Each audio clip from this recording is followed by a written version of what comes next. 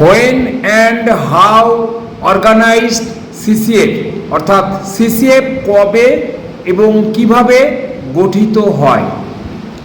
CCF হচ্ছে common communication format, অর্থাৎ এক কথায় বলা যায় এক্সচেঞ্জ ফরম্যাট।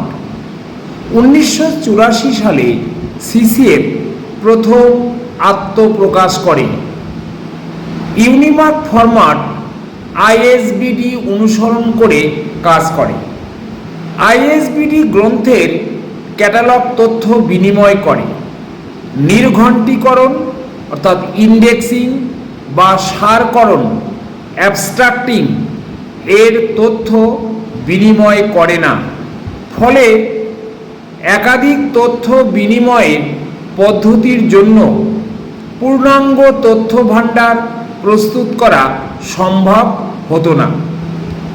এই সমস্যার সমাধানের জন্য ইউনেস্কো 1978 সালে সম্মিলিত পঞ্জীয় তথ্য বিনিময়ের উপর এক আন্তর্জাতিক সম্মেলনের আয়োজন করেন। পঞ্জীয় তথ্য বিনিময় ফরম্যাটগুলির মধ্যে সর্বাপেক্ষা অধিক সঙ্গতি স্থাপনের সুযোগের জন্য এই সম্মেলন সংগঠিত হয়।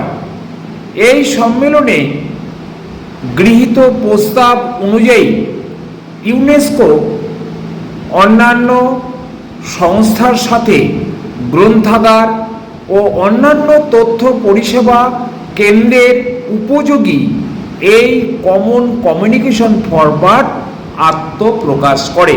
Thank you.